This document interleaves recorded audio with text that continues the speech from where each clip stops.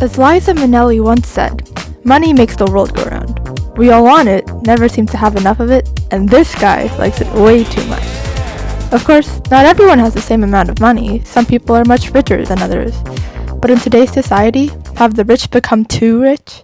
Commonly known as income inequality, a wealth gap is a disparity between the average value of individual assets in two or more groups. There are many different wealth gaps that have developed, including gaps between genders, races, and generations, but the most common and drastic wealth gap is that between the richest 1% of the population and the other 99% of people.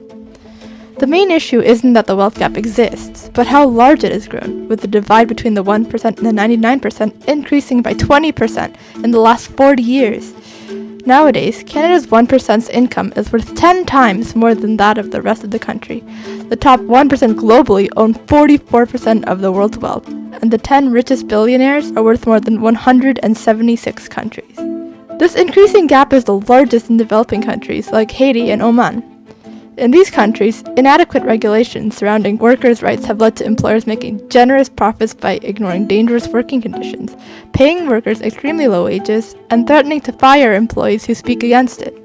In addition, there are no social assistance programs in many of these countries, and corruption makes government officials extremely rich while hurting the poorest and most vulnerable.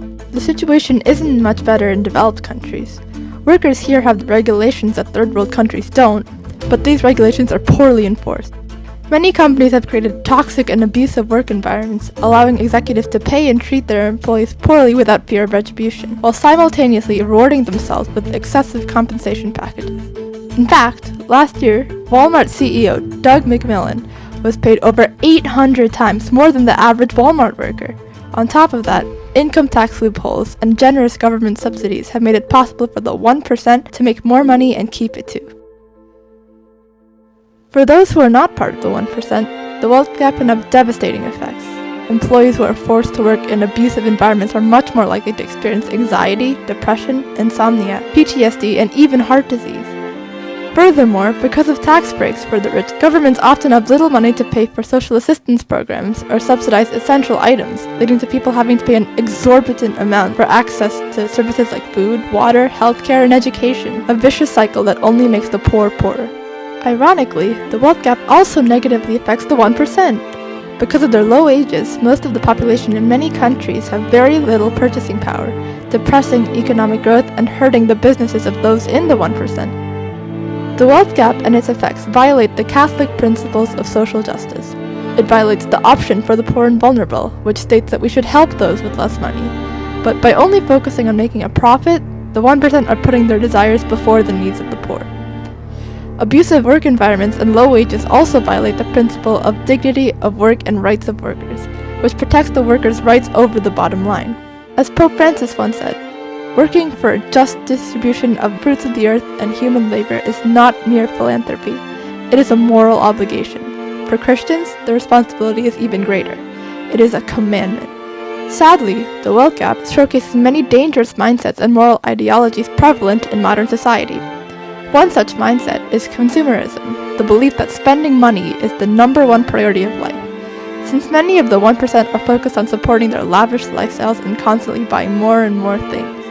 Another is materialism, the theory that material things are more important than the spirit and others, as the rich may believe that the other people's livelihoods mean nothing compared to their petty desires for more stuff they may not even need. While the situation may seem grim, things are starting to change. Governments and NGOs around the world are taking notice of rising income inequality, and because of COVID-19, people around the world have begun to realize that the essential workers who are part of the 99%, not the billionaires in the 1%, make up the backbone of society. One great way you can help reduce the wealth gap is by using Change.org. This website has over 250 million users and hosts petitions concerning a variety of issues. We've created a list of 5 petitions about income inequality at bit.ly/endthewealthgap. It only takes 2 minutes to sign them, and by doing so, you'll let companies and even governments know that the world is concerned about the wealth gap and wants to do something about it. As the Catechism of the Catholic Church says, excessive economic and social disparity between individuals and peoples of the one human race is a source of scandal and militates against social justice, equity, human dignity, as well as social and international peace. There's no doubt that income inequality is as big of a problem as the wealth gap itself. But with your help, we can ensure that everyone, even the cash man himself, has enough money to support themselves and prosper.